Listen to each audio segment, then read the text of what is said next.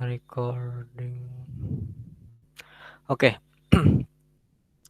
Assalamualaikum warahmatullahi wabarakatuh. Semangat bagi rekan-rekan semua.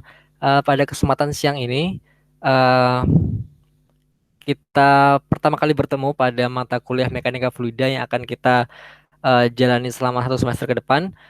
Perkenalkan, nama saya Rian Mantasa. Saya akan mengampu mata kuliah Mekanika Fluida di uh, setengah semester pertama.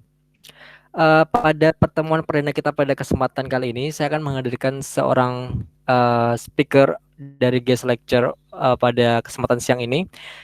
Beliau adalah seorang praktisi yang telah berkecimpung di instansi atau dunia konstruksi, khususnya di bidang teknik sipil basah.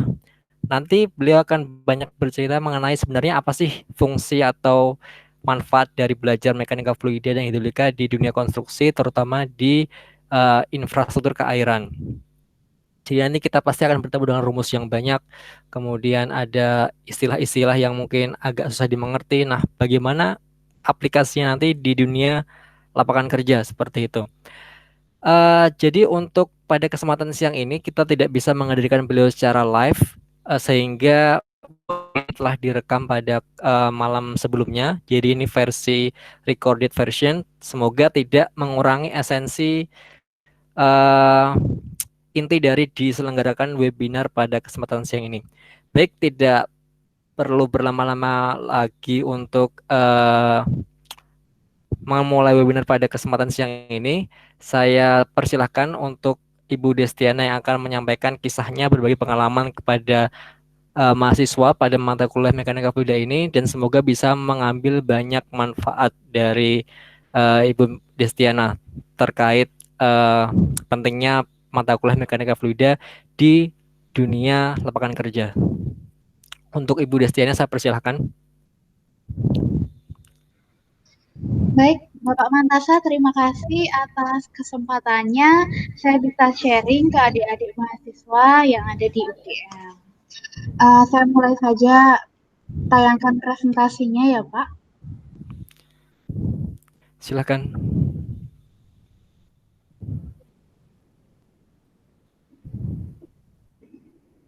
Oke, baik. Kali ini saya akan sharing ke adik-adik tentang mekanika fluida dan hidrolika yang merupakan kunci sukses infrastruktur keairan. Jadi saya ingat dulu ketika mata kuliah mekanika fluida dan hidrolika, banyak sekali istilah-istilah yang baru saya dengar pada saat itu. Berulang kali dosen menjelaskan tentang istilah tersebut pada mata kuliah, seperti sifat fluida, jenis aliran, hukum Bernoulli, kehilangan air, tekanan, hukum kontinuitas, dan masih banyak lagi. Dan apalagi hukum-hukum tersebut rumusnya ya awalnya rumus yang sederhana, tetapi ketika dijabarkan, penjabarannya bisa sampai 1 halaman itu juga. Tetapi ternyata rumus itu sangat penting sekali dalam infrastruktur keairan. Sebelum saya menjelaskan pentingnya rumus-rumus tersebut atau pentingnya ilmu hidrolika, mekanika fluida dalam infrastruktur keairan, saya mau kenalan dulu. Jadi, nama lengkap saya Destiana Wahyu Pratiwi, bisa dipanggil Desti. Saya S1 di Universitas 11 Maret Surakarta, angkatan 2012, adik tingkat Bapak Mantasa. Kemudian saya melanjutkan S2 di Universitas Gadjah Mada, dan setelah selesai kuliah, saya mengabdi di Kementerian PUPR. Adapun wilayah sungai yang menjadi kewenangan dari instansi saya bekerja saat ini, BBWS Bengawan Solo, adalah wilayah sungai yang terletak di Jawa Tengah, Jawa Timur, dan sebagian di DIY. Wilayah sungai ini yang mencakup Sungai Bengawan Solo dengan panjang 600 km. Nanti kalau wilayah sungai apa, das itu apa, bisa ditanyakan ke Pak Mantasa lain waktu. Kemudian sebelum kita menginjak aplikasi-aplikasi dari ilmu mekanika fluida, hidrolika yang sangat kompleks, kita melihat kanan kiri kita dulu, di sekeliling kita dulu. Jadi, penerapan ilmu mekanika fluida yang paling sederhana kita bisa lihat di tempat cuci tangan. Seperti ini. Ini kalau di mekanika fluida ya awal-awal pelajaran lah ya. Ya sebelum UAS tuh udah belajar kayak gini kalau zaman saya dulu. Terus kemudian aplikasi yang sederhana lagi pada dongkrak hidrolik yang biasanya digunakan untuk mau servis mobil itu. Aplikasi sederhana lagi di saluran terbuka yang ada di sekeliling rumah kita. Kita bisa lihat kadang salurannya semakin mengecil, kadang ada salurannya yang semakin melebar, ada yang belok, bercabang, dan lain-lain. Terus aplikasi lain yang sederhana ada di perpipaan, baik di rumah kita atau di gedung-gedung. Di sana banyak instalasi pipa, belokan, ada yang belok siku, beloknya melengkung, dan itu semua sebenarnya dipelajari di hidrolika 1 atau di mekanika fluida. Lalu beranjak dari sekeliling rumah kita agak jauh sedikit, agak kompleks sedikit, ada infrastruktur yang namanya embung. Embung itu apa? Oke, embung itu apa ya istilah mudahnya? Embung itu digunakan untuk menjadi kolam untuk menangkap air hujan dan nanti airnya akan dimanfaatkan untuk keperluan warga. Lah dalam embung tersebut nggak cuma analisis seberapa besar tuh embung itu, tapi juga perlu dianalisis hidrolikanya karena di embung itu ada pintu air. Pintu air itu buat apa? Jadi ibaratkan sebuah wadah. Oke, sebuah wadah kita isi dengan air. Ketika airnya penuh dan kita ingin mengalirkan ke wadah yang lain, kita harus membuka klep atau membuka tutupnya. Nah, itu seperti dengan pintu air nanti akan dijelaskan Pak Mantasa mungkin pas hampir selesai bukunya atau apalah saya lupa dulu. Oke, terus ada juga ilmu hidrolika yang diterapkan di infrastruktur sekeliling rumah agak jauh sedikit. Jadi itu ada sungai. Sungai apabila tidak diberikan perlindungan terhadap tebingnya nanti akan mudah longsor. Nah, perlindungan ini nggak cuma ditaruh, oke, asal penting dikasih semen, asal dikasih beton, enggak, tapi harus dianalisis juga hidrolikanya agar aliran air yang ada dari hulu akan bisa menggerus sisi tebing-tebingnya sungai yang udah diberi perkuatan lagi. Analisis hidrolika juga dipakai kalau kita itu mau merevitalisasi danau. Jadi mungkin di daerah adik-adik itu ada kayak danau yang awalnya itu dia cuman pinggirnya tanah aja, terus digali, terus di situ ada airnya buat nampung air. Nah, lama-kelamaan akan banyak itu namanya sedimen-sedimen atau tanah yang ngendap di situ. Jadi danaunya yang dulu dalam jadi dangkal. Oleh karena itu perlu dikeruk, perlu diberi perlakuan khusus, direvitalisasi istilahnya. Itu juga dianalisis hidrolikanya. Kemudian ada juga bendung. Bendung itu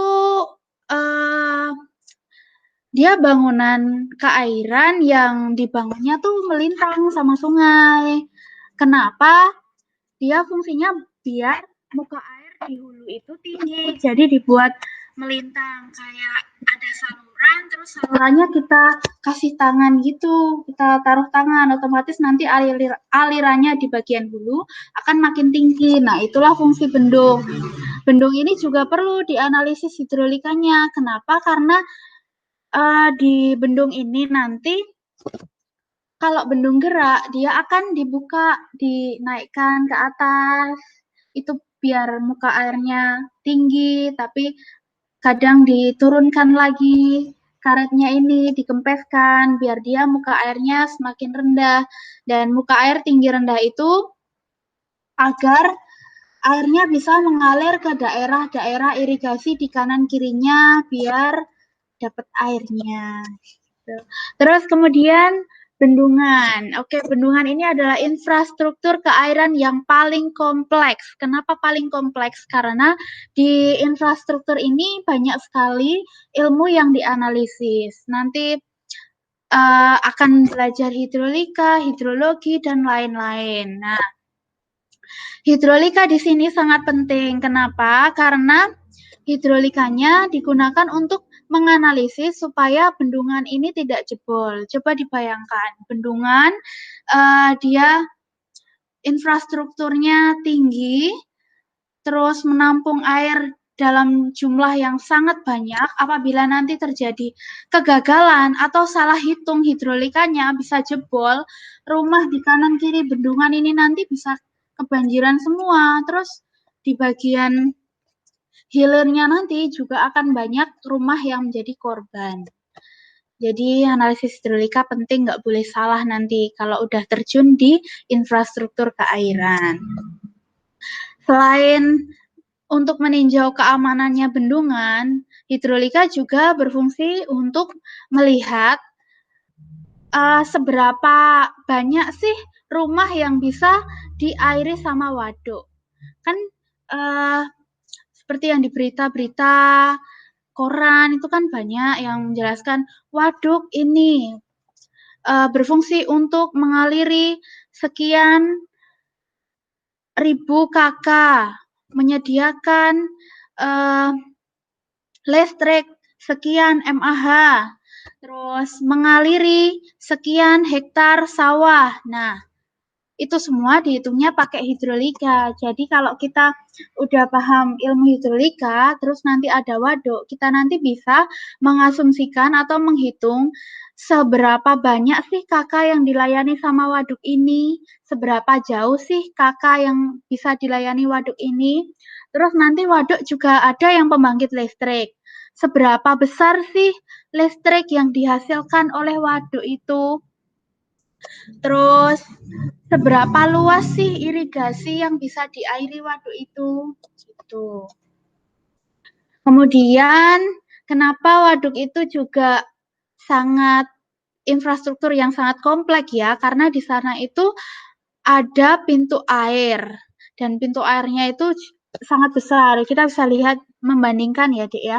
Ini gedung perkantoran segini, pintu airnya segini. Pintu airnya sangat besar. Lah, pintu air tersebut, cara menghitung dimensi atau ukurannya bagaimana, lalu tekanannya seperti apa, apakah dia aman atau tidak, itu pakai ilmu hidrolika dan mekanika fluida yang akan diajarkan oleh Bapak Mantrasa nantinya. Nah, kalau kita nggak bisa ngitung hidrolika sama mekanika fluida itu dampaknya apa toh? Nah, dampaknya itu kalau kita membuat infrastruktur keairan, misalnya kita membuat bendung, rencananya mau ninggiin muka air, tapi gara-gara kita salah hitung, bendungnya malah patah. Yang aslinya bendung itu harus lurus seperti ini, jadi patah di bagian sini. Selain itu, hitungan hidrolika yang tidak benar atau salah, misal kita mendesain sebuah saluran, terus salurannya itu besar sekali, salurannya berbelok. Nah, di belokan tersebut enggak kita kasih perlindungan seperti yang di gambar sebelumnya tadi, yang di sungai pinggirnya dikasih perkerasan tadi. Ya udah, kita ngitungnya salah, akhirnya tergerus seperti ini. Nggak cuma di infrastruktur keairan aja, tapi juga di infrastruktur jalan. Misal kita membuat jembatan. Di bawah jembatan ini, alirannya tuh beda sama yang di sungai yang tanpa jembatan. Itu nanti dipelajari di hidrolika. Nah, kalau kita ngitung aliran di bawah jembatan ini salah, lama-lama pondasinya jembatan nanti bakalan tergerus. cuma kelihatan besi-besinya ini tok, pancang-pancangannya ini tok. Terus lama-kelamaan kalau enggak kita kasih perlakuan di jembatan, apa di pondasinya diberi apa namanya beton lagi atau gimana, atau dikasih bronjong atau gimana, nanti lama-kelamaan jembatan ini bisa jatuh, patah, pecah, dan lain-lain sebagainya. Ya, jadi intinya selagi kalian masih kuliah, pelajarilah ilmu itu sedalam-dalamnya. Kalau nggak tahu, tanya dosennya, karena kedepannya semua ilmu itu akan bermanfaat. Tetap fokus untuk belajar, jadikanlah ilmu sebagai kunci, dan jadikanlah pengalaman sebagai guru. Sekian, terima kasih. Waktu dan tempat saya kembalikan pada Bapak Mantasa. Oke, baik. Terima kasih Ibu Destiana atas waktu yang diberikan kepada kita. Kemudian bagaimana ya, Ibu berbagi mengenai pengalaman di lapangan dan bagaimana pentingnya ilmu mekanika fluida dan hidrolika di dunia konstruksi, terutama di bidang sibil basah. Baik, teman-teman semua. Demikian sedikit introduction class, jadi kelas pengenalan apa sih itu mekanika fluida dan hidrolika dan bagaimana aplikasinya di dunia teknik sipil ketika nanti kita sudah lulus kuliah. Seperti itu, kurang lebihnya ada permasalahan yang banyak. Jadi kalau misalnya kita pengen membuat suatu infrastruktur KR yang kuat, maka basic hidrolika mekanika fluida kita juga harus kuat seperti itu. Baik, untuk sesi webinar perkenalan mengenai dunia konstruksi sipil basah dan kaitannya dengan mata kuliah mekanika fluida dan hidrolika, kita akhiri sampai di sini. Kita lanjutkan pada sesi kuliah di room yang lain. Baik, saya ucapkan terima kasih sekali lagi kepada Ibu Destiana atas waktu yang diberikan kepada kita semua. Semoga ilmunya bermanfaat dan semoga teman-teman masuk di sini bisa mengambil banyak inspirasi, bisa mengambil banyak pengetahuan meskipun belum masuk ke dunia kerja, meskipun masih baru mengenal mekanika fluida dan hidrolika, ataupun yang masih baru sekali mengenal dunia teknik sipil, nanti kurang lebihnya akan seperti itu. Arahnya kita belajar mekanika fluida dan hidrolika. Baik, saya tutup sekian dulu untuk webinar introduction class pada kesempatan hari ini. Saya tutup, kurang lebihnya mohon maaf. Wassalamualaikum warahmatullahi wabarakatuh.